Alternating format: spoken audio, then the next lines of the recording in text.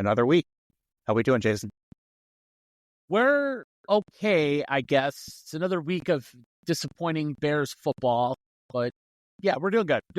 So we're used to it at this point, right? I mean, this is episode number 13, lucky 13, for us. Yeah, Bears sucked. I don't know what else to tell you other than that. That was overall, it was just a bad football game, to be honest with you. Oh, yeah. I mean, what else can you say about a 6-3 thriller final? Yeah, with no scoring at all in the second half. No, it was despite the best attempts of both teams to try and score. Neither pretty could do it. Pathetic on both sides, but we've come to hope for more and wish for more, and we get more of the same. So yeah. But I think it was Caleb's worst game I've seen yet.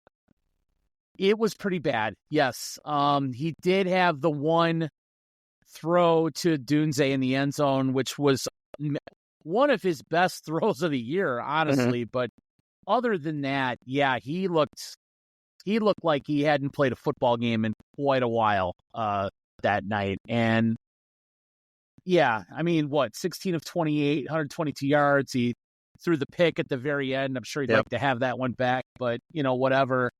Took 7 sacks and a passer rating of 53. So yeah, pretty ugly all the way around, to be honest with you. Pretty bad.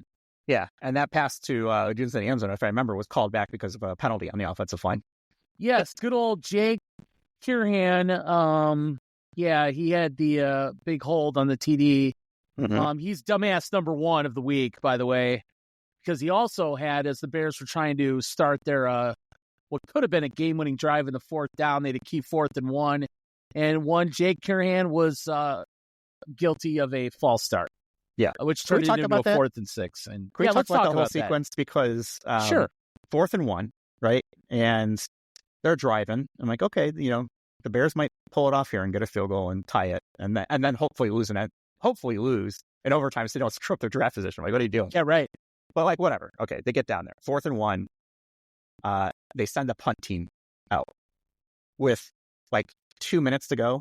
Not even. Yes. It was like, okay, what are you guys doing, dude? Everybody's like, why are you punting the ball? You're not going to get the ball back. And so then they call a timeout, and then they send the offense back out. Okay, so the crowd was absolutely booing the shit out of that call to send the punt team out with 2 minutes to go, right? I mean, I didn't hear it, but it was I heard it. It wasn't just me, right? No, you definitely heard it. I mean, it's almost like the crowd was dictating what the Bears were going to do there, because the punt team came out, the crowd just went bananas, like you said, and it's almost like Thomas Brown just kind of went, oh shit, I better call timeout here and rethink this. And yeah, I mean, he obviously decided to go for it, and what ensued, but yeah, what the hell are you thinking? So yeah, okay, so first of all, why are you punting that situation? That doesn't make any sense whatsoever. Yeah. And again, poor clock management by a professional football team. Yes, he sends the punt team out, and then the crowd boos, and then changes his mind, is what he said. Is I changed my mind, decided to go for it. Okay, if the crowd is dictating to your head coach what you should be doing, I feel like that's the moment that solidified for me that he is not the head coach for the Bears. 100%. I mean, how? At least he admitted that he changed his mind, but it was inherently obvious that the crowd changed his mind for him. Well, and yeah, I don't think he would have been able to leave the building on his own if he didn't change his mind there, because that would have been about the dumbest of the dumb decisions that this team has made all year. I don't care what their record is. Does he make a dumbass of the week for you? Or is that just whatever? You're over it at this point? I'm Thomas Brown. I'm over it. I mean, we'll get into coaching candidates here in a minute, because there was a list that kind of came out today of some confirmed interest on some guys that we've already talked about. But whenever it's written about, it's kind of interesting. But what I'm over is this season. I'm done with this season. They're going to get steamrolled by the Packers. What could they possibly accomplish in Week 17 that's going to change anybody's mind about anything that has to do with this team? And I'll admit, I'm including Caleb in this. I really am. Because I think we need to see Caleb bounce back against the Packers. Yeah, I think in he a needs to big way. bounce Show something. In a huge way. I'm talking, 300 yards. I'm talking like a 28 of 35 type game. A couple of touchdown passes, no picks. And if even if he does throw a pick, I want it down the damn field. Yep. Trying to hit one into a tight spot. That I'd be okay with that. Don't take any sacks. Make good decisions. Get rid of the freaking ball. Get rid of the goddamn football. Yeah. I mean, stop the dancing around. Here, I watched a lot of NFL this week, okay? So I got a good look at Jaden Daniels last night. I got a good look at Bo Nix. Man, Jaden Daniels, dude. I mean, rookie of the year, right? I'll tell you what, I know I was questioning it earlier. He is that dude. He had kind of a lull during the middle of the season. So I'm with you on that one. But he did. Dude, but yesterday, I think that solidified it. Yeah, watching him, and I'll even throw Michael Penix in there. Second NFL start, he looked solid. Michael Penix looked pretty good. But Jaden Daniels right now is the guy, obviously, in Washington. I don't know if he'd be able to pull that off here in Chicago, but for me right now, he is miles ahead of where Caleb needs to be. Caleb's got a lot of catching up to do. I'm not saying it's all Caleb's fault, because I think, Washington with Dan Quinn and Cliff Kingsbury have done a much better job developing their QB than obviously the Bears had. And what's sad is the Bears could have had Dan Quinn and the Bears could have had Cliff Kingsbury, but they passed on both of them. A lot of coulda, shoulda, woulda-haves that are really coming back to haunt Ryan Poles right now. No doubt. I mean, Jaden Daniels, is like I said, he's that dude right now and probably for the foreseeable future. I mean, he's playing really, really good football. 227 in the air, 3 touchdowns, threw an interception, but he also had 16 carries for 127 yards rushing. Yeah.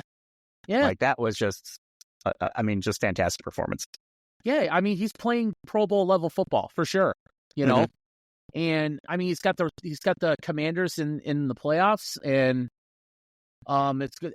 I'll tell you what, they're going to be a tough out. I don't care who they play. They're going to be tough to beat. I think the NFC, even though obviously you got the Vikings, the Lions, and the Packers from the north, the Rams are not going to be an easy out. The Commanders are not going to be an easy out. We'll see who makes it between the Bucs and the Falcons. I think that comes down to the last week, and that's the only question that needs to be answered. And then you got the Eagles. So you could make a case for any of those teams getting to the Super Bowl. I think it depends on Jalen Hurts for the Eagles. Yeah.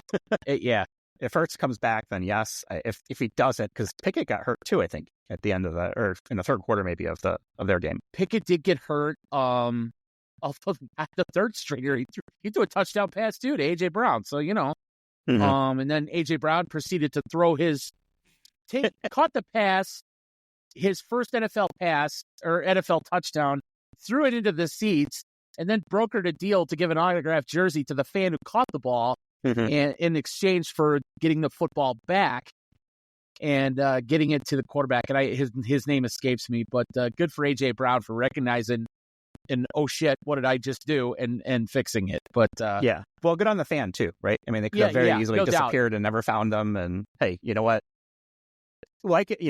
Hate on professional athletes as much as you want for being overpaid. It's still a big milestone to throw or catch or run in your first NFL touchdown. It's a special 100%. 100%. That's pretty cool. Pretty cool. So, all right. So going back to that 4th down series on the Bears, 4th and 1, false start. Now it's 4th and 6, and you knew it was doomed almost right away because again, Caleb didn't have much time to throw. He's throwing off his back foot. Yes. And finally throws an interception. I mean, that was it. Well, he basically threw it up for grabs, right? Yeah. He threw it up for grabs. It wasn't a great throw. It was not a great looking play. It broke down immediately. And he just kind of, like I said, he was running backwards. He was already about 10, 15 yards behind the line of scrimmage at that point, throwing off his back foot.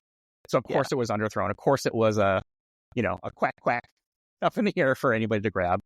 And Keenan didn't win that battle on that jump ball. And, I think that's probably one skill that Keenan Allen probably doesn't have anymore is to win a true jump ball. I mean, you'd probably want a Dunze, I would think would have the best shot at something like that. But it is what it is. Like you said, the play broke down as kind of soon as it started, and one of many plays that broke down as soon as they start. As we watch the Bears offense just limp into games and out of games and down the field, and I watch other teams. Like I said, I watched a lot of games this weekend. Watch other teams play, and I just sit there and I'm like, why? I say this all the time. Why can't the Bears do this? Why can't the Bears do this? Why can't the Bears go down the field? Why can't the Bears, like Jane Daniels, just took the Commanders down the field in overtime, no problem, and won? I'm sitting there thinking Caleb can't do that. Not right now. The Bears offense can't do that. And again, Eagles. Hurts gets hurt. They got Pickett start. They still win. They still dominated, Dallas. Pickett gets hurt. The third stringer comes in. It's like they just keep rolling. And we have the number one pick in the draft out there who's obviously not prepared. He's obviously not gotten any better as the season has rolled on. And you have nothing to protect him. He's been sacked 67 times this year, which I think is, 8 off the record? If I'm not mistaken. Yeah, it's pretty close to that. Like, we have a shot. Yeah, well, I think the one record you what don't want to have, we have a shot at. I think it's David Carr, isn't it? I think it's David Carr, who has 74 or 75 in a season. He's already been sacked the most as a rookie, I believe. And I mean, there are it's so 76. 2002, David Carr, 76 sacks. Okay. Well, I mean, they are playing Green Bay, so Green Bay always wants to just beat the shit out of the Bears. So, who knows what's going to happen? But I mean, so you want to hear a really interesting stat around that, because I remember looking at that one. The leader is David Carr with 76 sacks. He's also number 3 on the list for most times sacked in a season. Love that. But that goes to show you how ruined that can make of a career. They're going to ruin this kid's career, just like happened to David Carr, by getting sacked so many times. Yeah, 2002 and 2005 were the 2 years that David Carr David Carr was the number one pick, correct? Yep. And how long did he last? And he never really shined, right? No. Yeah. No, Derek Carr's had a much better career than David Carr ever had. Yep. Which isn't saying a whole lot, but I mean, David Carr played in 94 games, David Carr, and he got sacked 267 times. Oh, that's rough. That's rough. Yep. So, let's see. You had Moore with 6 catches. Swift had 4 catches. Allen 5 catches. Adunze only had 1 catch. And no Cole Kmet again on the stat line. No Kmet. But Jared Everett did have a target, yeah. He did have a target. Kmet did not get a target. I think I read somewhere he's got like 4 targets in the last 4 games. I mean, it's got to be because he's being asked to help block, right? Matt, I would hope so, but obviously that's not working. I mean, they do have a very hungry offense as far as mouths to feed, but come on. At least, I mean, he should be your safety valve over the middle, and that's just not happening. Yeah, he's every bit as good as Sam Laporta that we're watching for the Lions right now, Mm-hmm. And Laporta gets 4 or 5 catches a game, easy. But like you said, it's because the Lions know how to protect the quarterback with 5 linemen. I mean, yeah, you can't even protect him with 6 or 7 guys at back there. They're still breaking down. Right. I'm just so over the Bears this year. The offensive line has been absolutely trash. Caleb really did a shit job this last week. I want to see him bounce back. I'm glad he threw the interception, because I feel like that's kind of a monkey off the back. Yes. And I said, like, get it out of the way, right? Okay, great.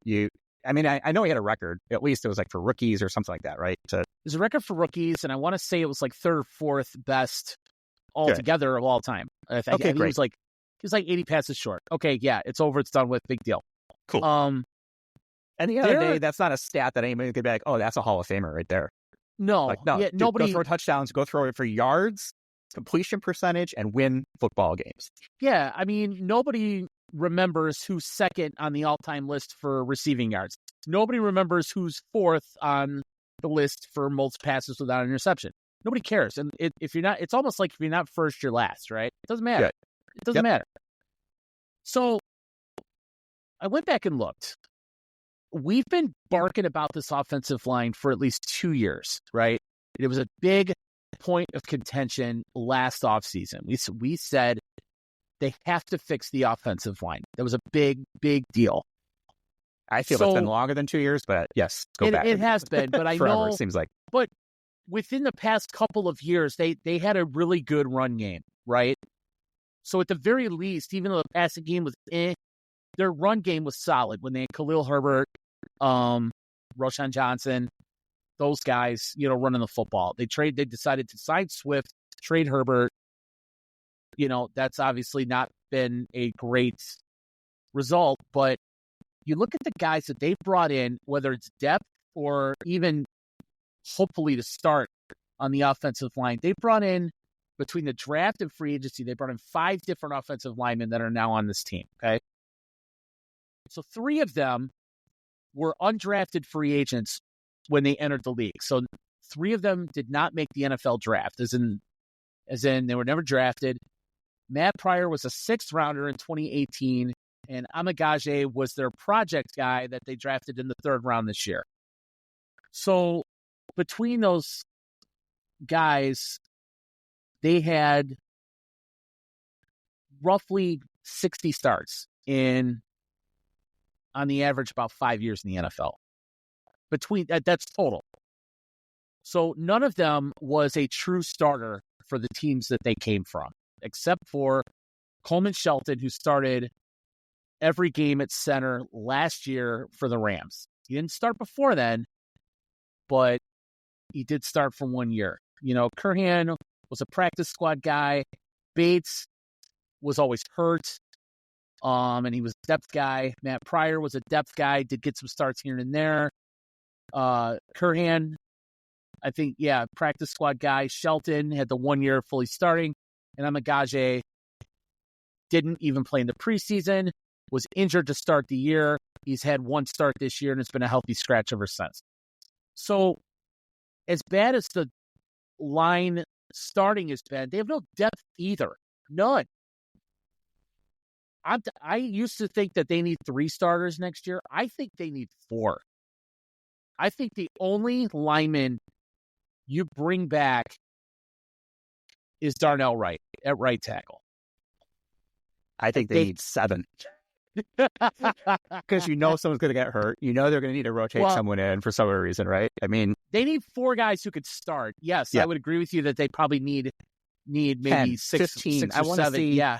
I want to see a Chicago Bears offense that is 15 of the biggest, baddest offensive linemen in the world, and they run like 1 wide receiver and that's it. Yeah, just all blockers, and they come up with some weird formation for max protection. Yeah, and we've said it before.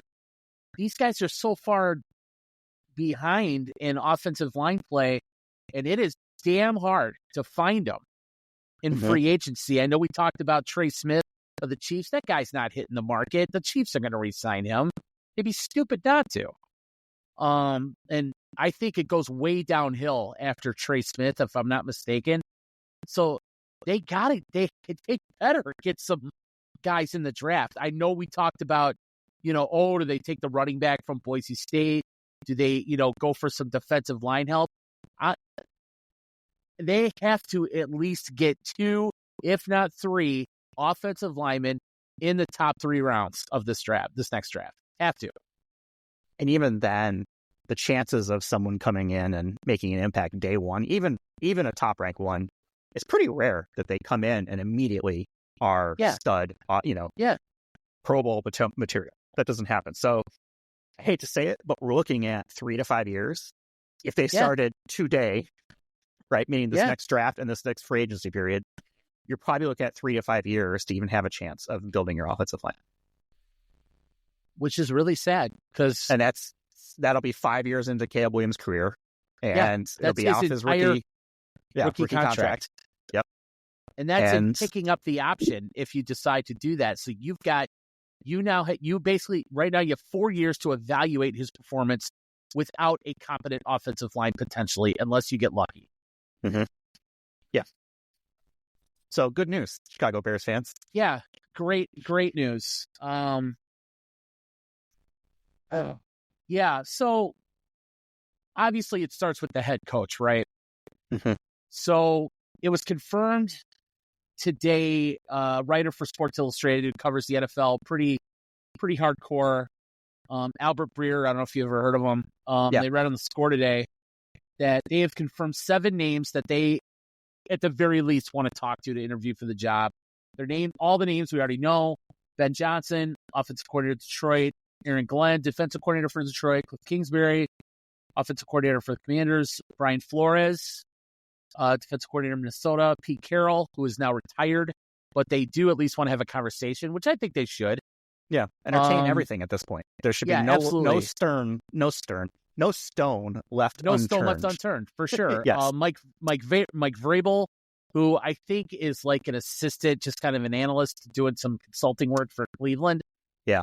And obviously I think they're going to give a courtesy interview to Thomas Brown anyway, based on what he's been through and the team he was handed. But obviously Thomas Brown hasn't done a darn thing to help himself. So nope. I think we're seeing, what's going on. I think it's kind of a handshake. Hey, we'll do the interview, but it is what it is. Of those 5 names, the 6 names, for me, I think the answer is pretty obvious what they need to do. I'd like to hear what you think. I'm thinking you're thinking Ben Johnson. Yes. Okay. And I'm okay with, I think Ben Johnson's probably the pick that makes the most sense. I'd be okay with guy from the Bills. What's his name? Joe Brady. I could see him. Okay. As well. Yeah, I think sure. I think there's a clear separation between first and second place in this. Mm-hmm. Ben Johnson is the prize. And if the Bears don't land him, I think that is a failure by the Bears, regardless of who they hire. Because I think he's seen as like, this is the guy, right? And we've seen it now. I think he's been with the Lions for 2 or 3 years. They've had a top 5 offense for those couple years. And even before we hit record, right, we're watching the Niners and the Lions, and they do a lateral. And I said, I need to see more laterals in games. And they scored a touchdown against the Niners. Like, I want to see creativity, but I want to see somebody who is willing to adapt and design a game plan around the strengths of the offense. Yeah. And the players that you've got. And I feel like Ben Johnson's the guy to do it. I don't know if there's anybody else really that I care for, but I just don't know enough about some of these areas. I think Pete Carroll's too old, to be honest with you. I think he's great. He's probably a good people coach. It's one of those situations where it's like, okay, you're going to bring Vrabel in. Okay, great people leader, but who is he bringing with him? Because I don't see like I don't see any marquee offensive coordinators, quarterback coaches, like all that stuff wanting to follow either of these guys. Well, one term I'm tired of hearing is leader of men. Mm-hmm. What the hell does leader of men mean? I want to hire a scorer of touchdowns. Yeah. Thank you. In terms of the NFL, I want to hire a winner of games. Okay. Yeah. I'm so tired of, the cream puff culture that the Bears seem to have at Hallis Hall. I mean, you saw a preview of it on Hard Knocks. I mean, it was all hunky-dory. Kevin Warren, nice guy, leader of men. I get up at 4 a.m. I go to church every Sunday. You didn't hear one swear. The show's on HBO, goddammit. Yeah. They can swear. They're allowed to swear. Yeah, I think that's the Bears thing, right? Is they didn't want to have any of that there. Yeah, so. I don't want to segue real quick, but I still think it is a $1 trillion idea to have a XL R-rated play-by-play for every NFL game. That really trying to work. Yeah, man. But I would love to see, not just you and me, right? We can swear up a storm, right? But people who know what they're talking about, people who are, part of the game and analysts and that, but they are no holds barred when it comes to language that they want to use. If something fucking sucks on the field, I want to hear an announcer say, that fucking sucked. Yeah, well, basically an R-rated Manning cast. Yeah, absolutely. This would be awesome. I wish there was a way, and they never do it, obviously, because, I think you know what I'm going to say. I wish they would let you hear the communications on the headsets, right? Mm-hmm. Obviously, they can't do that because, it turns into scouting for, weeks and weeks ahead. The NFL's trying to be stuff. too family friendly. I guess not too family friendly, right? They got a business they want to run, and sure, they have to have mass appeal. But like you said, an alternate broadcast that you put on, like Cinemax or have a deal with Showtime or whatever, that just, gave us the raw, real NFL as to what goes on the field. Because you can't tell me these guys aren't throwing F-bombs left and right. Oh, what a throw by Purdy. Look at that loft down the sideline. Yeah, that was something else. You can't tell me that this team doesn't do that. And if they don't have that kind of mentality and don't have that culture where these guys can't just let loose, be tough and, all that stuff, and they have to be choir boys out on the field all the time, then, dude, we are decades away from being anything. If that's the case, then why is Tyreek Stevenson doing on this team? It's true. He is not a choir boy, and I love the fact that he got under DK Metcalf's skin. Yeah, right. That game. I'm like, okay, great. Is he like an instigator? Is he a John Starks? What is his role out there? Like, what is he trying to do? John Starks. Very nice. I'm talking instigator, right? Like, or Bob Probert. Like, what's he trying to do? Like, there's an enforcer. But there's a double edge to that. It's like DK Metcalf is absolutely the kind of receiver who could absolutely go off on a team if you piss him off and he, figures it out. I was kind of like, oh boy, you're really, don't bark at the wolf there. Yeah, you're playing with fire on that one. But boy, he had DK in just a head spin, man. That guy was so pissed off and did not know what to do with himself for a while. Mm-hmm. So I give Stevenson credit, instead of talking to fans, he was actually talking to players. So that was actually I was forward, so I guess that's good. Yeah, I know. But yeah, I guess go back to the coach thing. Ben Johnson or bust, I think, at this point. I don't know who's even who is a second, who would you be okay with if it's not Ben Johnson? If it's not Ben Johnson, okay.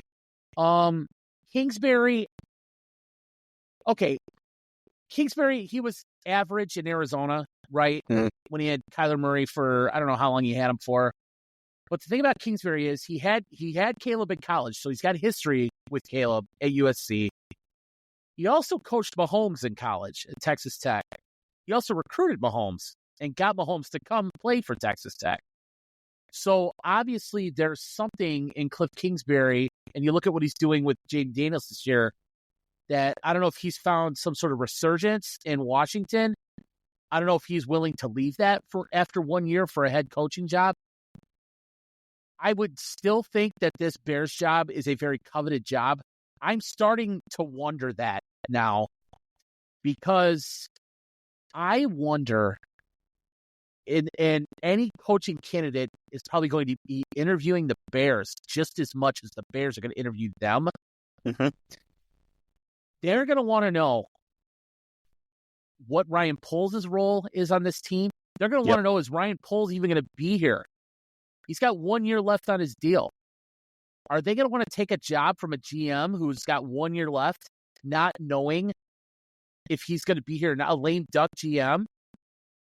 Are they going to want to take a job to where they know if they, are making decisions and things like that, that they got to go through Kevin Warren with everything that they do? I know Kevin Warren says that, this is Ryan Poles' search, but Bears ownership today said, yeah, we want Ryan Poles to lead the search, but Kevin Warren is going to be in on the interviews. So whose decision is this? Do they make Poles do all the dirty work and then, Kevin, you got to sign off on this? I mean, when did Kevin Warren just become this end-all, be-all with the Bears? I mean, yeah, he built the Vikings a stadium, and I know he did some work with the Rams, but he was head of the Big Ten. What X's and O's football does that guy really know? And does he know enough to be making these kinds of decisions towards the Bears' future? Look what he's done with the stadium. He hasn't done a damn thing with the stadium. Mm-hmm. So what would make you think that he's going to be any better at the football side of things? Well, nothing about that organization inspires any confidence. And I don't know. But I think I still stand by what I've said before, where whoever they bring in, if they decide they want to bring that person in, and one of that person's demands is, here's how I want the organization to be constructed. And mostly I'm talking about Poles here. If they want Poles out, Poles is out. I don't think they're going to I hope they don't hang on. Like, they lose Ben Johnson because they're not willing to go polls. Okay, that they deserve what they get. I agree. I mean, I don't know where Warren fits into this. I think he should fade back in the background. I think maybe he's stepped up here into the void of leadership that has been with the organization at the football level, but I would be just fine with him stepping back again to the shadows and say, okay, we've got a problem here. Let's get rid of Eberflus. Let's get rid of Waldron. Okay, polls, you're out too. Here you go, Ben. Here's the keys. And then, like Homer fades back into the bush. Yeah, no, yeah. I mean, Kevin Warren replaced Ted Phillips. Okay, and when Ted Phillips was running the team, he was basically the business side. He was like the Crane Kenny, what Crane Kenny does for the Cubs. Okay, and Ted Phillips by trade was an accountant. I don't really know what Kevin Warren is by trade, but what I do know is he's not a football guy. So, like you just said, I want he's him... an attorney, so I think he's a lawyer. Okay, well, there you go. Yeah. If they want him in on the interview, okay, great. But the actual search needs to be done by football people. And if that's Poles by himself, Poles and the assistant GM, great. I know obviously George McCaskey's going to be, in on it because he's the owner and he's got to sign off on it on that. But like you said, for me, it is Ben Johnson or bust. And if that means Poles has to go, then Poles has to go. Yeah. Or if Ben Johnson says, look, I like what this guy has to say, you need to extend him. Extend Ryan Poles before I take this job. Then do that. Then absolutely do that. But I just think it's going to be really difficult for them to hire a coach, whoever it is, with Poles still sitting on a 1-year deal. Yeah. Like I said, I think this comes down to who the head coaching candidate is that they want to bring in and what his list of demands are. Yeah, I agree. Because there's going to be other openings. I think Jacksonville is another attractive opening that a lot of people are looking at. They're probably going to have a opening with, they've got Trevor Lawrence, who's a pretty decent quarterback. I wouldn't say he's going to set the world on fire, but decent. Location-wise, Florida's tough to beat. For it is weather, for most people. I hate it there, but whatever. They've got a high draft pick. The ownership isn't as meddlesome with some things. So there are other attractive head coach positions in the league that it will become available. I mean, I still think the Bears are the marquee one. I think the Bears are the marquee one because it's one of those things like if you're the guy that gets it right, then you probably, at this point, you can have a job for life, or at least have a job for the next probably 8 to 10 years because, mostly coaches, get hired to get fired. But, I mean, would you want to coach the Jets right now? They have an interim. I mean, not while Woody Johnson is they're arguably a bigger dumpster fire than the Bears. I mean, 14 years now, I think, without a playoff appearance. I mean, Aaron Rodgers basically took himself out of the game yesterday because said, is it a time for Tyrod now? Because they were down 36-0 or something like that, and it was not good. And they need to get Aaron Rodgers out of that situation. Retire, go he does. Peyote in the wilderness or something. Yeah. And, obviously Black Monday will happen after next weekend, and I'm sure we'll see, 2 or 3 more head coaches, possibly Vegas, the Saints, Jets, Vegas. Vegas, Saints, the Jets, the Bears, maybe Cleveland, Jacksonville, Giants, maybe Miami. Who knows? Yeah, I think that would be a mistake. I do think, too.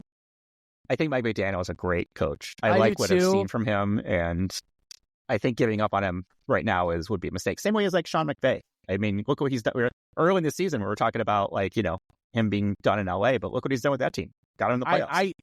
I love McVay. I think that guy is just an awesome head coach. Yeah.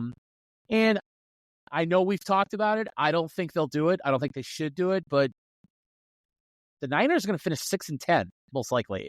If they lose tonight, and I know they're up 8 at halftime, but if they lose tonight, they're going to finish 6-10. I know they've had a shit ton of injuries. Yeah. It wouldn't I be think fair. that's a saving grace. And I think they have had some success and some glimpses, but man, is it tough when you have a bunch of money that you've invested in key positions missing a lot of games. It is. And I know, what's his name, John Lynch, he hasn't given any indication that He said, Shanahan's in trouble. from everything like I've said is like, Kyle's not going anywhere.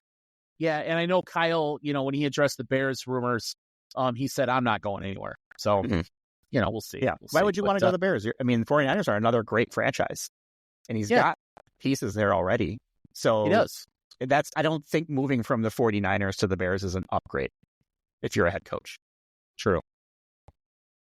Like I said, watching Daniels yesterday, I was pissed. I was jealous, envious, kind of in awe. I mean, I was all the, what do the kids say? I was all the things, that watching Daniels yesterday operate. And and you could say not to the, same extent, but you could see that Bo Nix is going to be just fine in Denver. You could see Drake May is going to be just fine in New England.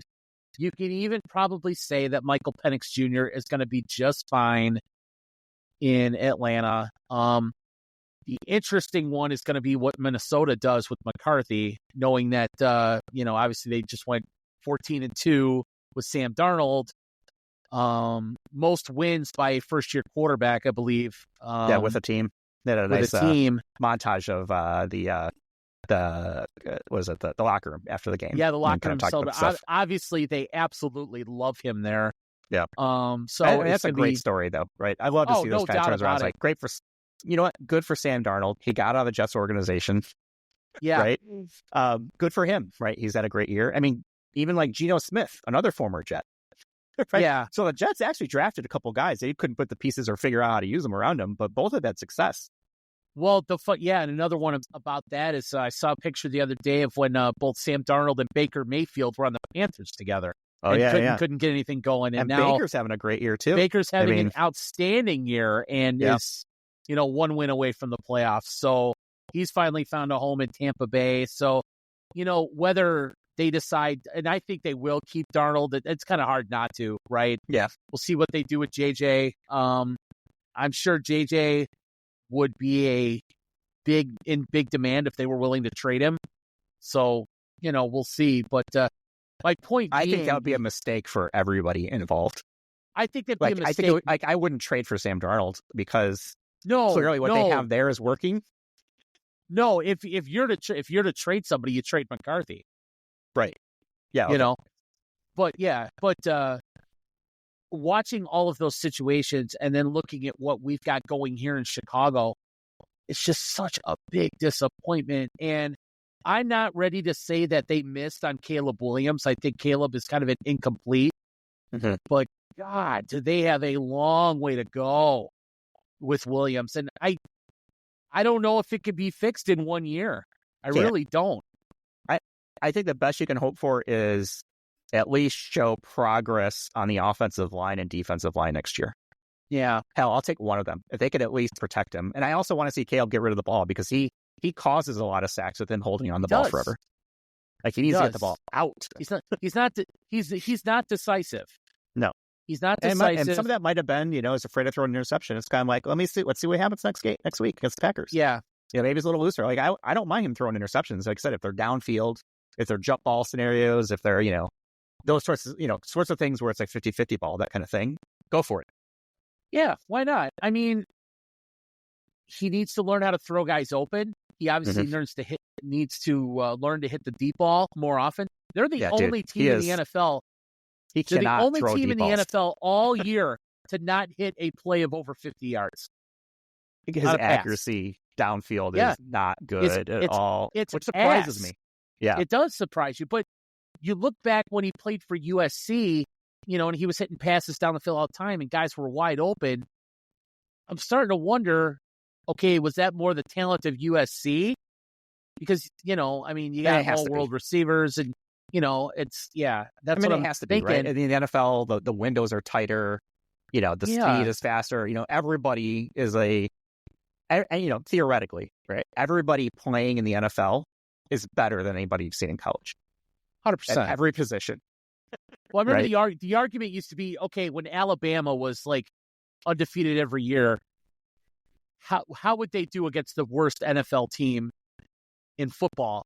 And I thought about that this week. It'd be a pretty good game. It's like, no, the NFL would wipe their ass with Alabama. You know what I mean? I thought about this week, and I wanted to ask, I was saving it for this conversation, was, how would their current version of Chicago Bears, as they exist right now, do in college football? Do you stand by that? You think that they would, like an NFL team would still blow away any college team? I do. Do you? I do. Yes. There's not a college. Who would be the best college team out there that would give the Bears a run for the money? Probably Oregon. Because I think Oregon's the best college football team this year. Mm-hmm. Oregon, I think Ohio State would probably give them a good game. And you think the Bears win against anybody? Yeah, I'm not saying they blow them away, but I do think the Bears would win. 6-3, 3-0, something like that. I would hope that they would win by a couple of touchdowns. I'm not saying they would shut them out. I'm not saying that, but I would hope that the Bears would win. And I will. Since it's never going to happen, I will safely say that the Bears would win. Well, that's why we talk about could never stupid be stuff on proven this. wrong. So, right. Well, it's the podcast, right? This is not meant to be facts, right? I mean, there are facts, right? But we can have scenarios. I think that would be crazy. It's the life of hypothetical. Right. Yeah. Exactly. Okay. Now the Bears are the Bears. Done. Let me give you this. Give you this. I'm almost done with them. I got more. If you're the Bears, what do you do with Ryan Poles? Regardless of the head coach, doesn't matter if he wants him gone, wants him to stay. What would you do? I think it's a clean house here. I think if the new head coach comes in and says, here's who I want for be the GM, see you later, Ryan Poles. Okay. If they don't make a decision on it and they decide to let the head coach decide, and the head coach decides, I want to work with Ryan Poles, I'm okay with that too. I think ultimately the head coach makes a decision right now. I don't want to see it in Warren's hands.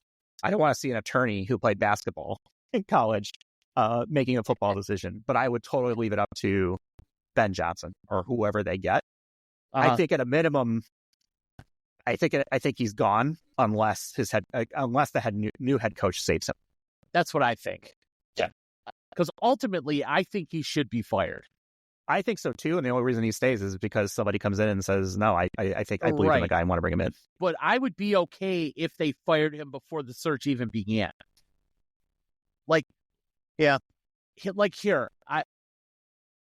I would fire him and maybe go see if you could get a GM as quickly as possible, and then go hire your head coach, or you fire him knowing Ben Johnson is the guy you want. And then you talk to Johnson and say, "Hey, we'll get you. We will do everything possible to get the GM that you want to work with." Well, who is the GM that you would want to go out and get? That is I know and who's coaching available candidates. And who do you think is actually worth it? I know coaching candidates. I don't know GM candidates. I mean, you're talking about. I'm looking at the list right now. So you got like the guy from the Bills, Miami, New you're looking at heads of Jets, scouting, Baltimore Ravens, Pittsburgh, Cleveland, Cincinnati, Indianapolis Colts, Kansas City Chiefs, the Raiders, the Cowboys, even some guy, Ian Cunningham, the Bears assistant GM. He's the Bears assistant. Yeah. Detroit Lions, Green Bay. I don't know. This is just a list of 20 potential NFL general managers for 2025. I mean, do you go pick? It's almost like hiring a baseball manager. Do you go hire a coach out of a winning organization, right? Well, I think it depends on what your GM does. Is your GM a player person, or is he a organizational person, or is he a business person? Yeah, I mean, is he a contract negotiator, or is he a football talent evaluator? Right. So it's like, do you go hire a guy who was director of pro personnel from another team? Do you hire a guy who's been GM experience? Do you hire a guy who's head of scouting? Do you hire a legal guy? Whatever. I just think Poles' track record, the more I've watched this team and it's got his footprint all over it, it's just bad. It's just bad. And you look back at you look back at some of the things that he has done to supposedly try to improve the team, and he's missed way more than he's hit. I mean, yeah, I would love to see more hits there. And here's the only thing I'll say in defense is, at least he tried. Right. I'd rather see somebody swing at pitches that are coming down rather than just sitting on the bench and not doing anything and not making an effort. Right. It's better to. I feel like it's better to have taken the shot and okay, it didn't work, but the fact that there are very few hits, if any, in there, and I don't know if Caleb Williams is considered a hit. Well, again, I think he's an incomplete. I think what you're trying to say is it's better to swing and miss than go down looking. Yeah, exactly. Yeah. No, I hear you. But I mean, there's enough. I guess what I'm saying is there's enough for me to let him go. There's enough for me to let him go tomorrow. I think it's interesting is does Black Monday for NFL head coaches also extend to GMs? I think in some cases it probably does. Maybe not as often because usually it's the GM that does the firing. Mm-hmm. But in the Bears case, I think it might.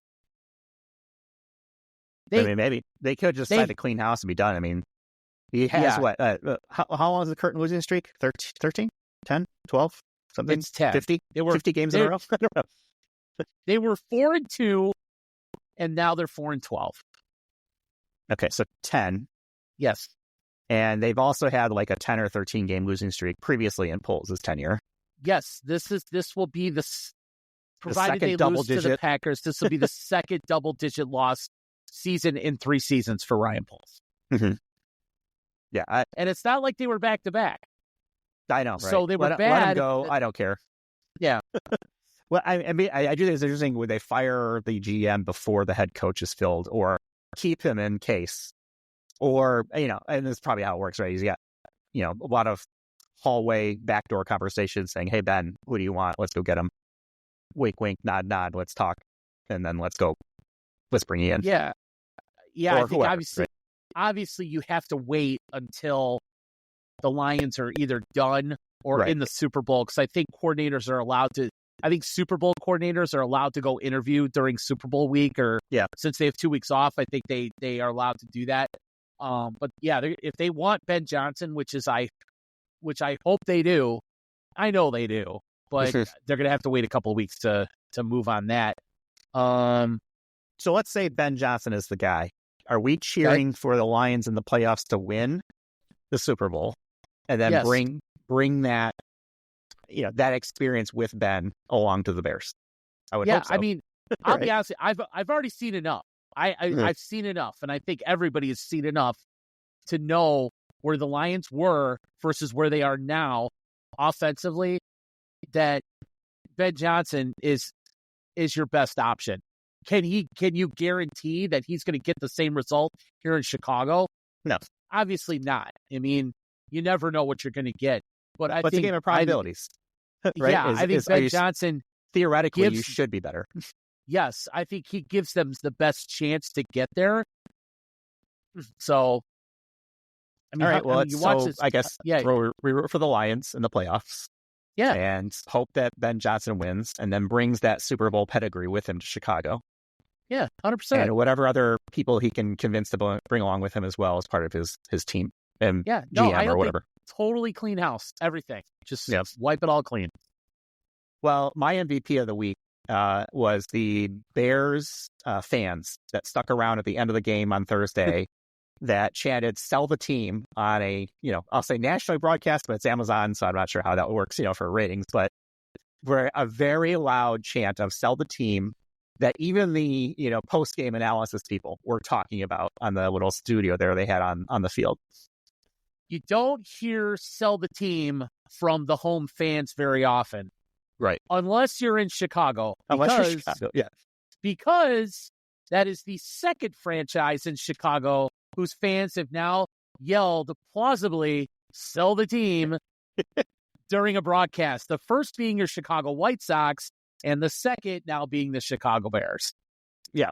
I mean, that's got to be embarrassing. Embarrassing. God. But yes, I mean, is that a wake-up call?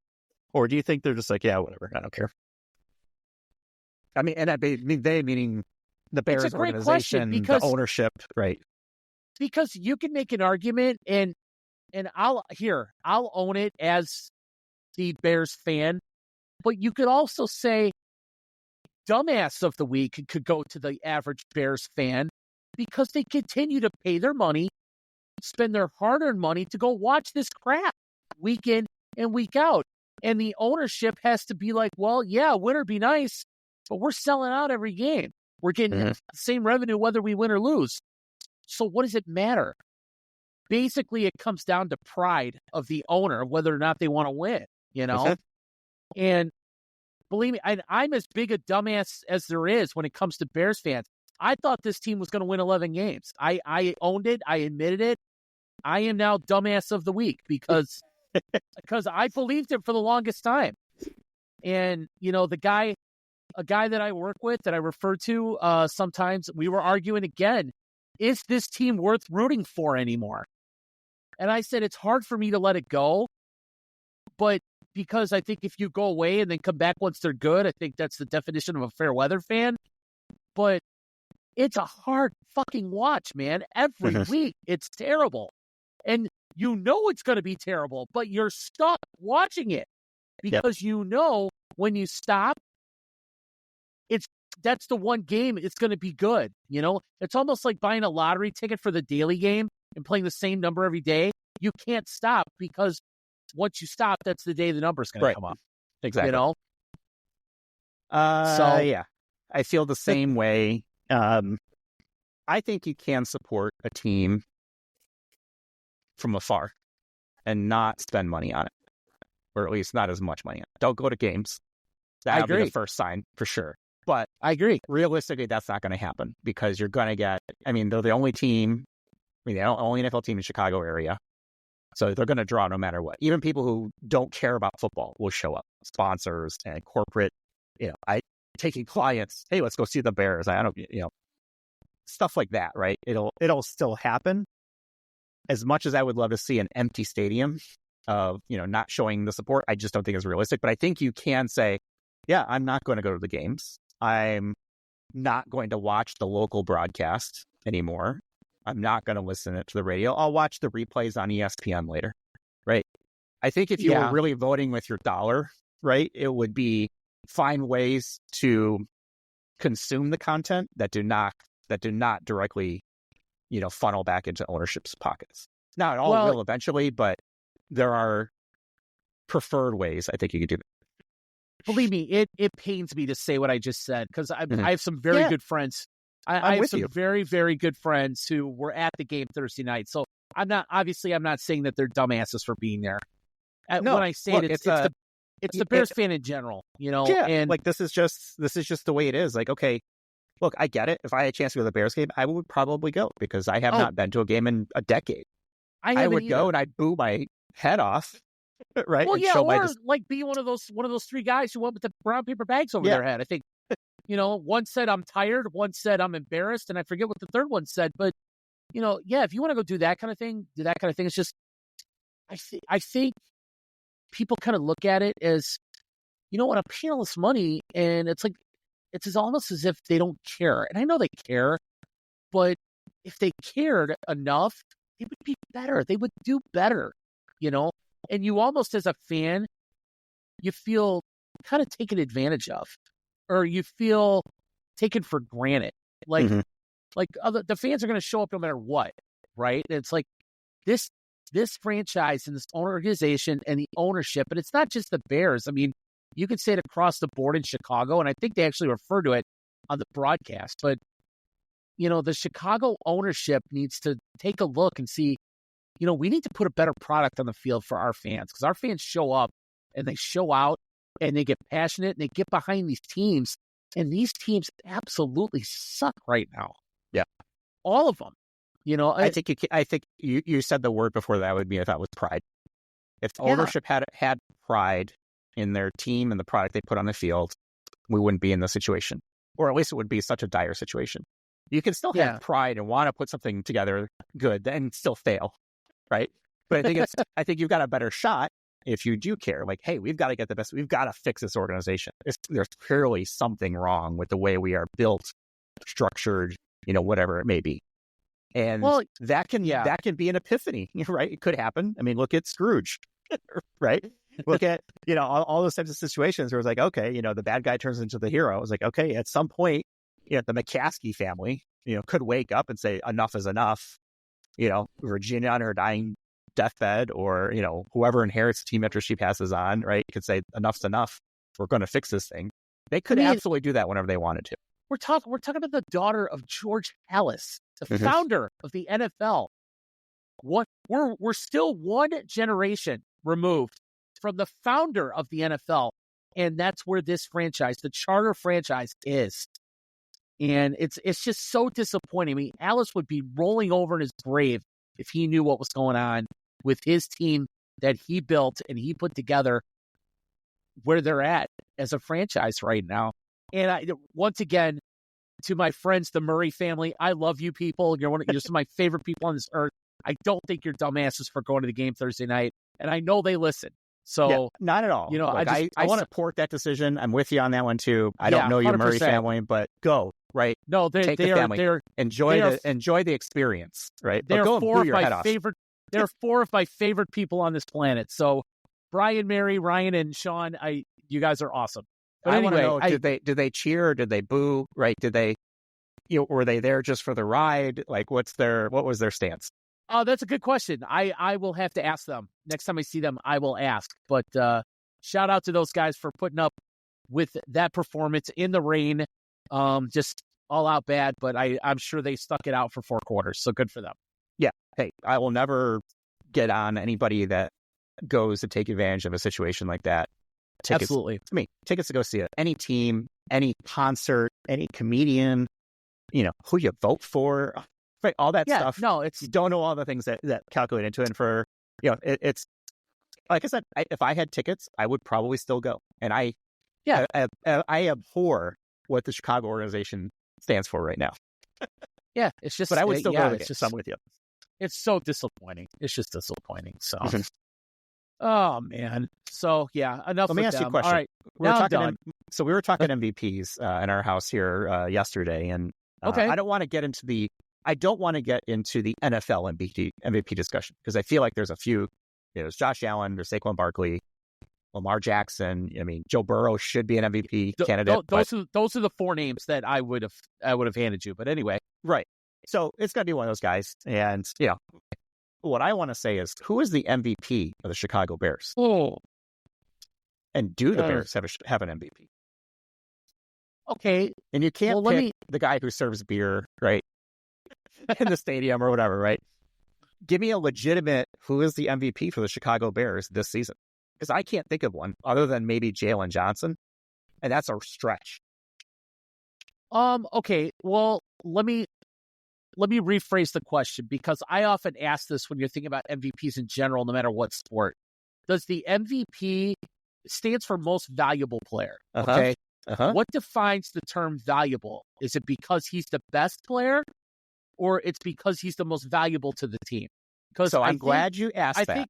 I think in some cases, those are 2 different things. Absolutely. And this is the conversation that took place in our house yesterday was, okay, what does valuable mean to the award? Because even for the NFL, right, it's the same thing. It's like, okay, Josh Allen's great, and he's putting up numbers, and Saquon is putting up numbers, and everybody else is putting up numbers, but valuable, what does that mean?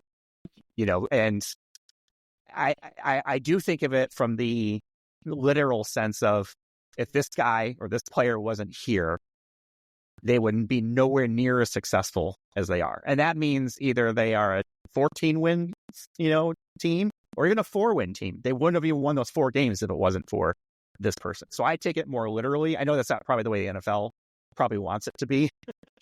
Sure. But yeah, I'm thinking of like, who is the most valuable player on the Chicago Bears this year? Okay. Or maybe coach. Maybe it's getting rid of Eberflus was the most valuable. I don't know. Or Waldron. I'm kind of open. Like, I'd love to hear, who do you think has earned the MVP for the Chicago Bears this year? Well, I think an argument could be made for Jalen Johnson, because imagine what their pass defense would look like without him. You're gonna think that this might be a little out there, but in terms of valuable as to how much they have missed him, what Brisker? would this defense look like if they had Jaquan Brisker all year? Mm-hmm. Does that make him valuable? Does that make him the most valuable? Mm-hmm. I don't know. What would their defense look like if they didn't have a TJ Edwards busting his fucking ass every single game, tackling everybody that he can, to try and keep games close. Maximum effort guy. Love it. Yeah, absolutely. Is it Torrey Taylor in his booming punts? I mean, he's averaging nearly 50 yards a kick. I think he's got, the second most kicks inside the 20 in the NFL. I was looking at that earlier. I think he's got like 32 punts within the 20. Inside the 20, he is sixth right now. Okay, maybe actually no. He's tied for fourth. There's three players with 32. Okay, but well, for the amount of times that he's had to punt, to still average, he's right around 49 yards. 48.1 is what I'm looking at right now in NFL stats. That's pretty good. I know it's not the most. I think there's a few guys that are up over 50, but as many times as he has had to punt, and I know they've punted, like from their own 45 or something like that to where, a 55, 60-yard punt's going to just sail into the end zone. So average yards on a punt isn't really a true measure of a punter, right? He is number 2 in number of punts on the season. Yeah. Well, number 1 is Cleveland. That's a bad thing, but I mean, good for Torrey, but that's a bad thing, especially when Caleb texted him and said he wouldn't be punting that much. That was a kiss of death right there. Oh, I know it. Everything. So stupid. But I don't think you could say anybody on the offense is their MVP. There's no way. Could you make an argument for Keenan Allen? For as many drops as he's had, he has had some pretty spectacular catches as well. I'm with you. I don't think I'm going to stick with Jalen Johnson as sort of my MVP right now, only because you don't hear his name called ever, and that's a good thing. I think Keenan's case could be maybe offensive MVP. I could see that. Mm-hmm. He has made a lot of great third down catches. I know he does have some drops, like we said. And who's to say if Keenan Allen wasn't on that team that DJ Moore makes those catches? We don't know. Right. Or Odunze, or even Komet starts to get some. Right. But I think for what we've seen this year, I think Allen's been pretty good. And I think for the right dollar amount, I think you definitely entertain bringing him back. But yeah, I think either Jalen or TJ Edwards, man. Mm-hmm. Yeah. Okay. I always think of Jalen just because you never hear his name called, and that's good. Yeah. I think he's had maybe one bad game all year. For the most part, he's been really solid. Yeah. Or two. I mean, when you're able to cut the field in half, and stay away from whoever Jalen's covered, I mean, that's good. I mean, he can't cover the entire field, right? I mean, I remember he held Justin Jefferson to 2 catches the first time they played the Vikings. I think he's always up against the other team's best receiver. He always draws the toughest assignment on the field. Yeah. Granted, the other team's second receiver and tight end usually go off, but Yeah. No, I think Jalen's had a pretty good year. Okay. So that's what I was thinking too. But it did get me thinking about the MVP award itself. And like I said, that was a discussion we had in the house yesterday was, what does valuable mean? And is it just a stat award, or should it be value? Because I feel like there's a lot of players who could be valuable. Look at Puka Nacua. Right. He's not going to win it, but look at how many catches he has. I mean, look at the kid from the Raiders who broke Ditka's record for most catches. Brock Bowers. No doubt. Yeah. No doubt. Right. Where would the Raiders be without him? I mean, what a great draft pick he turned out to be. Or just smart play call, right? Jamar Chase. I mean, there's a lot of players I think out there that are extremely valuable to the team. I was just curious what your thoughts are on it. Yeah, it's almost like MVP kind of means something different in every sport. I mean, because you've seen times in baseball where the MVP came from a lower place team. It's like there's one year I think it was 87 when Andre Dawson won the MVP and the Cubs finished in last place. And it's like, well, yeah, Dawson had a great year, but how valuable was the year? I mean, it didn't result in more wins. The Cubs were horrible that year. Mm-hmm. So you have to wonder, is it valuable or is it best, right? In football, usually a MVP caliber season results in a great season for the team. Right. I mean, more often than not, it's a quarterback winning the MVP. Yeah. Barkley hitting. See, there's a thing. There's so many good things happening this year. Barkley hitting the 2,000 yards. Burrow has an outside chance at throwing for 5,000 yards. I know, I saw that. That's crazy. Doing everything he can to will his team into the playoffs. I mean, so they have the number one passer, the number one receiver, and the number one sack getter. Yeah, and they are still they're what 8-8 or 9-7 right now. Yeah, I mean they're 8-8. They are on the bubble, right, to maybe make the playoffs. I feel like Burrow would be almost running away with it if they had a better record. I agree. How do you have an 8-8 record with the best quarterback, we'll just call it, right? The most yards, the best receiver, and you have the guy with the most sacks, and you're still 8-8? And it's not like Chase Brown, their running back, is a slouch. I mean, he's actually pretty good too. And they've got T. Higgins, what's his name? Yeah, Gesicki, the tight end. Yep. So they've got dudes. It's just I don't know. Is their defense outside of the guy who can sack people? Is their defense that bad? I think it is. I mean, they seem to get into a shootout every game. Mm-hmm. But yeah, I mean, where would they be without Burrow, man? Yeah. Well, he would be probably talked about more, but yeah, Cincinnati's in the bottom. Bottom 6 for most yards given up a game. So they give up a lot of yards. But so do the Rams, So Bengals, Cowboys, Colts, Saints, Jaguars, and the Panthers give up the most yards. Okay. And the Bears are actually right there with them, too. Bears are a bottom. So they've given up a lot of yards lately. Yeah. Second. And I was looking at this, have the second best defense when it comes to yards per game. And yet they're 6-9. Show you what injuries do for you.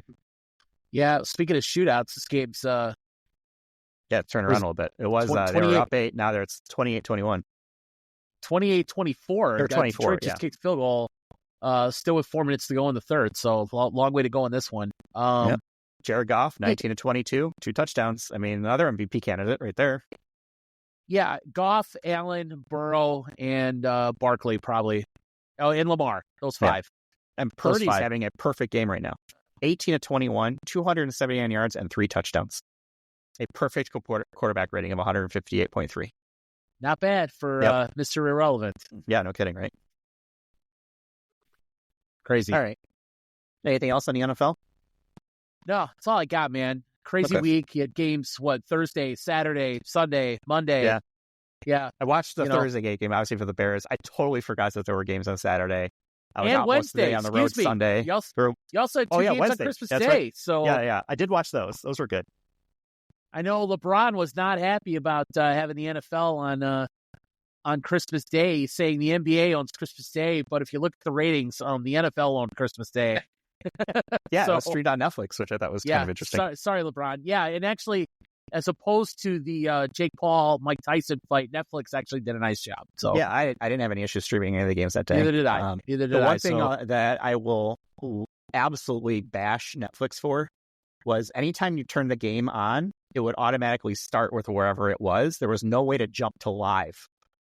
So you had to constantly fast forward if it was like, if you were behind on it for whatever reason. Like we were just jumping around between a couple different things and end up putting the game back on. I had to sit there and like fast forward to catch up. Like, no, do what, almost every other broadcast does is like, yes, pick up the stream where you left off, but you had to join, jump to live button. Yeah. I mean, that's a rookie mistake. I think Netflix can improve on. They will. We had the football on and then turned basketball on later. So, but yeah, a lot of fun. Yeah, it's good. A lot of fun. Good Christmas. Yeah.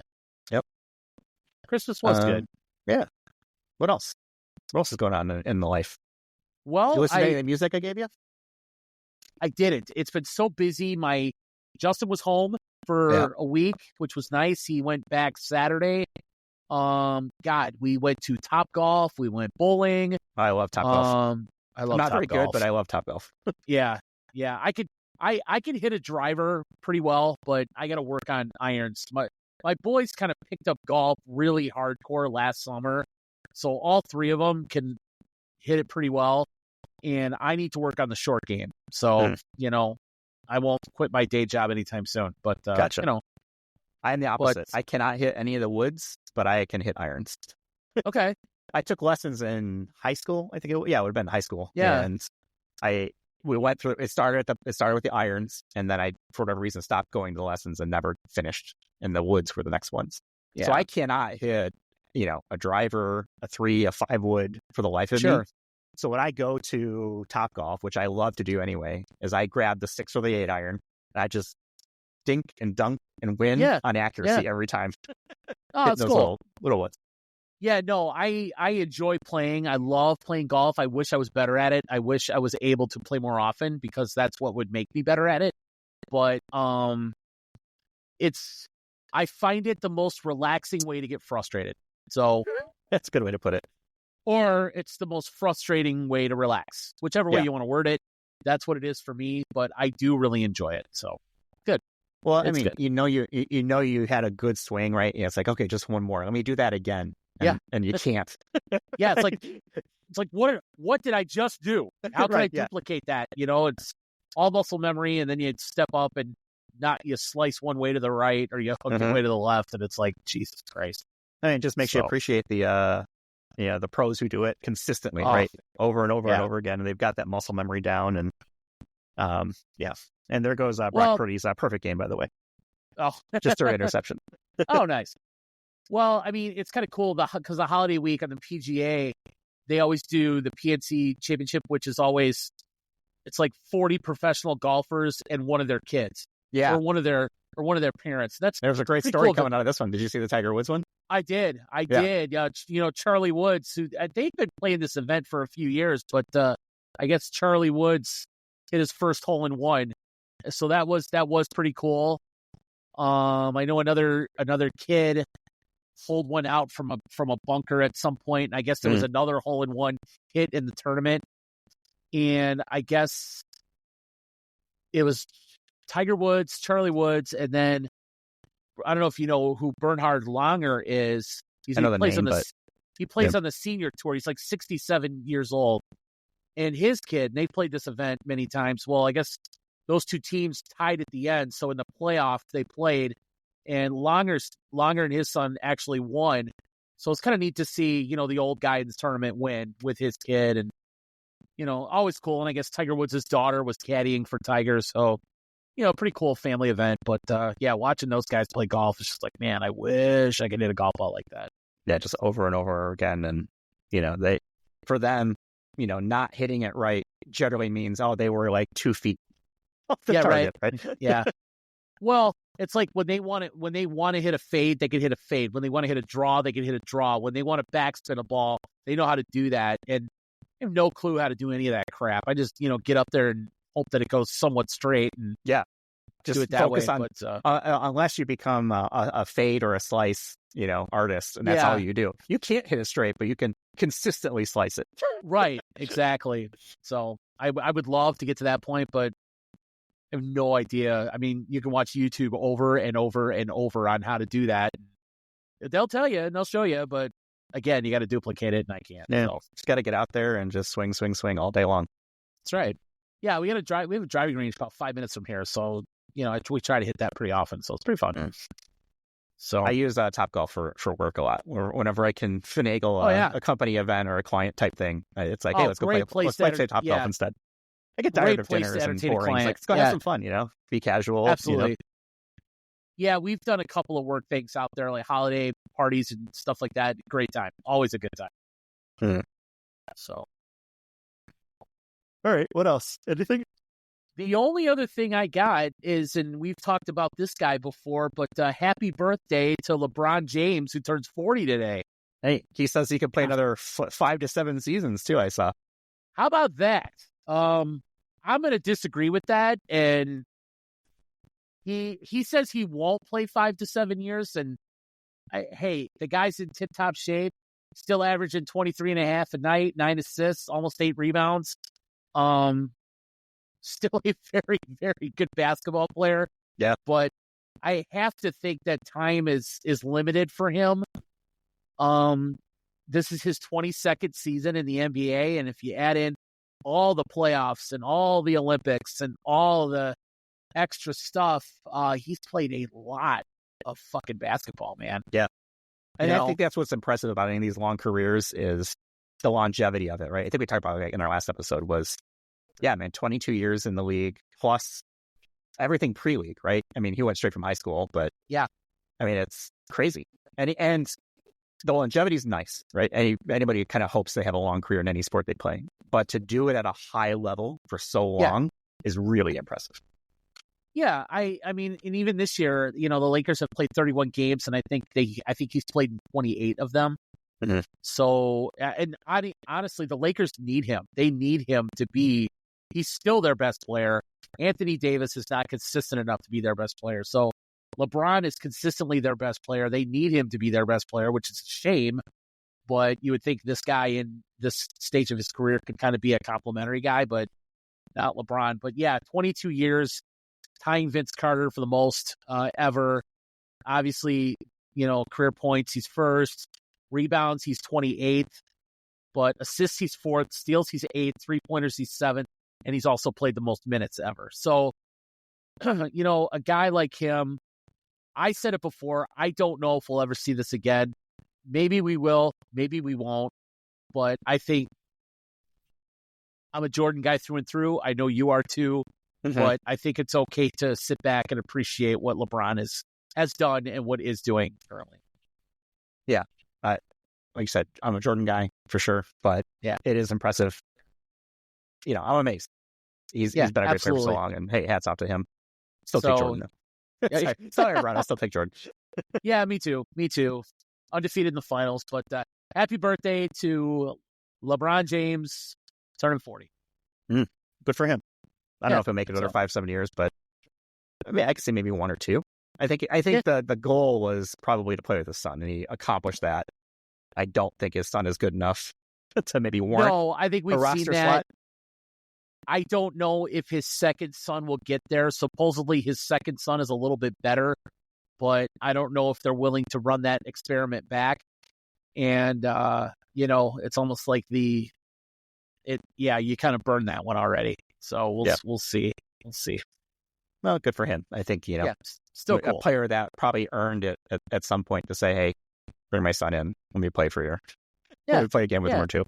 Well, at the end of the day, I mean, the Lakers kind of did him a favor, right? Yeah. I mean, and look, I'm not going to bash that because I think that's something that you earn as a player over time. Yes. If Jordan, Jordan certainly could have done it, and if he had a son, wanted to play with him and played that long, right. Like I think he earned it. Good for him.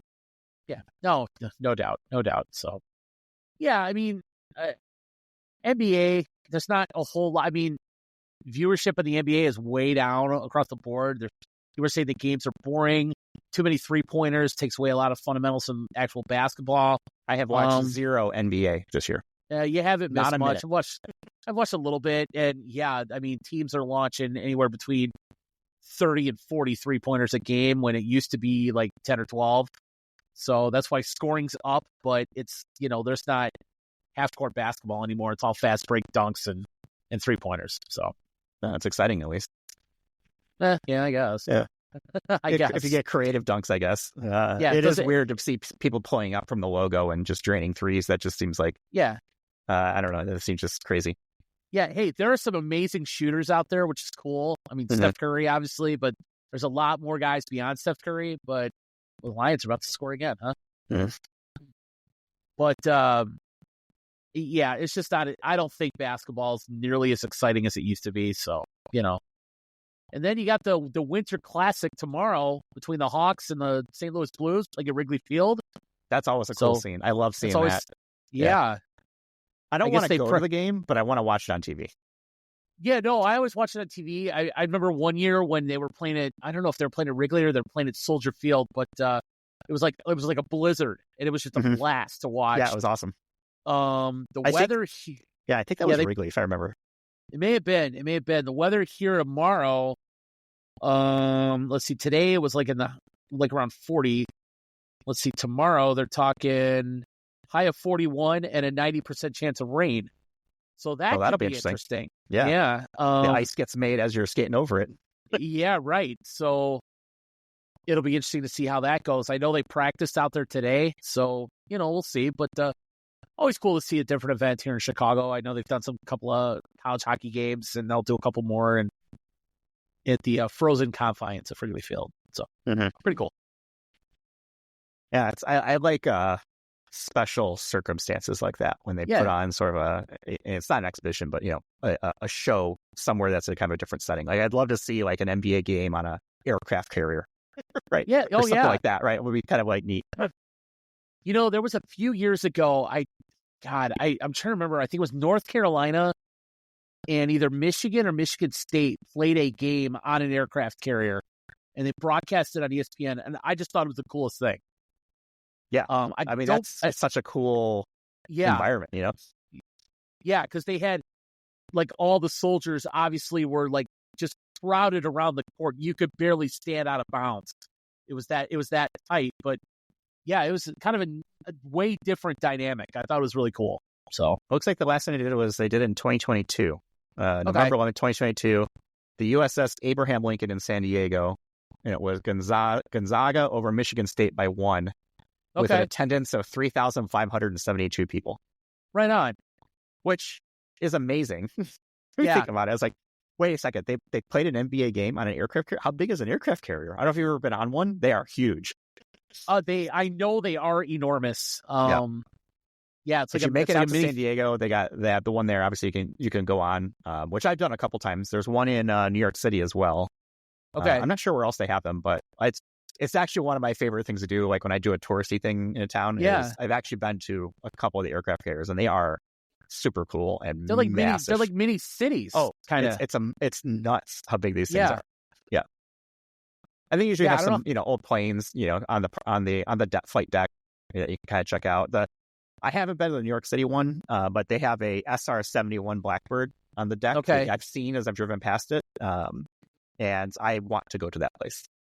I love the Blackbird jet. I think it's one of the coolest things ever. I don't know the answer to this question, but how many people are on one of those things at one time when it's deployed? You mean like a crew? I think it's about 5,000 people. No roughly. kidding. Yeah, that are on. Oh my God, sort of a standard kind of carrier. So you've got to have, let's see, quarters for 5,000, food for 5,000, like three meals a day. Yeah, for what weeks, maybe on end before you're in port. Yeah, I mean, obviously, I think you have supply planes that probably bring stuff in every once in a while, but I mean, you got to have full kitchen, you got a barbershop, you got to have toiletries for all these guys, you got laundry. It's just recreation, amazing. Break rooms. Yes. I mean, right? I mean, yeah, it's nuts. So you think about how many people are on this ship. Well, and I think that's why it's cool. I don't know even the biggest ships in the world. I mean, their aircraft carriers are huge, but like some of these cargo things are just, and they're like 7 people on board. It's all automated. Yeah. Well, it's really cool when, like you said, when sports does things like that, because I think sports has this kind of a special relationship with the military, and when they can put together something like that to, kind of distract them for, a day or whatever. I think I think sports in general needs to do more of that, personally. I'm going to text you this image. This is from that game. You can take a look at it if you want, but I sent it to your phone just now, and that looks like such a cool environment. And anybody can see is just Google, football or basketball game on an aircraft carrier. Oh, hell yeah, man. I mean, how's that for a setting, Yes. You got the court, you've got stands that have been kind of erected around it. I mean, super cool, man. I mean, think about it. That's something those you'll never forget that.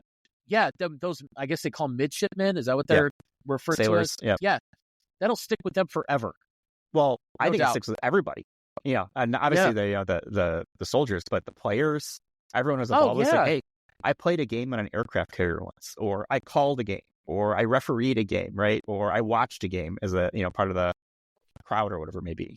Well, yeah, I mean, it's like anytime you do something that is associated with representing your country, whether it's something like this or Olympics or something like that, it's like some of these athletes are like, that was my favorite thing to do outside of all the other games and all that. But, playing a game in front of the soldiers like that, that's why the Army Navy game in college football is always so special. Always. Mm-hmm. So it's cool, man. Pretty cool. I totally dig it. I'd love to Awesome. see more of those special circumstance type things. Like, what would be a game on the moon? It's sort of some sort of bubble, right? Or maybe low gravity football or something like that on a space station. Like, what's next? Well, underwater. That'd be interesting. I know Metallica once played a concert in Antarctica. Yeah. For an audience of about 40 people. And about 100 penguins. Yeah, exactly. They're the only band to play concerts on all 7 continents. But anyway, boy, I don't know. Where would you want to see in the Colosseum in Rome? Can you imagine a football game there? They always call them the modern gladiators, but an NFL game taking place inside the Colosseum. Oh man, that would be cool. Hmm? That would be cool. Or maybe somewhere in London, like Buckingham Palace or one of those courtyards or something like that. I mean, they play games in London, but they usually do the stadium. Like, give me a cool, inside of a castle courtyard or something like that. I'm sure they could come up with some. I mean, or could you imagine like playing an NHL hockey game in like the dead of Siberia somewhere where it's just colder than all hell? Or play an NHL game down in Antarctica where you're going to have no problems with ice and no rain and all that stuff, or play, what is it? We're in Alaska, the very northern part of Alaska, where parts of the year where it's like dark 24 hours a day. Mm-hmm. Do something then and have the game at like 3 a.m. or something like that.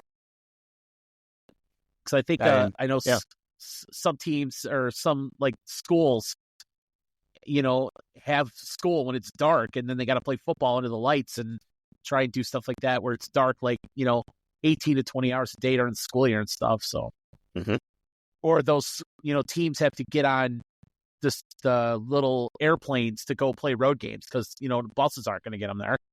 So, obviously that stuff's really expensive and things like that. So, yeah, no. Anything, it sounds like a video game level. You think about it, yeah. Right? It's like choose your level in Street Fighter 2. Choose your level for your Madden game or whatever sport you want to play. Anything outside of the norm, I'm cool. I think it's fun. All right, man. Hour and a half. Not bad. That's all I got. That's all you got? That's all I got, well, man. Happy New Year, man. Happy New Year to you. Yeah, I'll talk to you next year. Yeah. I'll see you next year. Yeah, no, 2024, it's been a good one. Ready. I am ready for the new year. I'm not going to lie. Looking for bigger things, better things. And yeah, just looking for things. That's it. All right, man. I will, talk to you next year then. All right. See you later.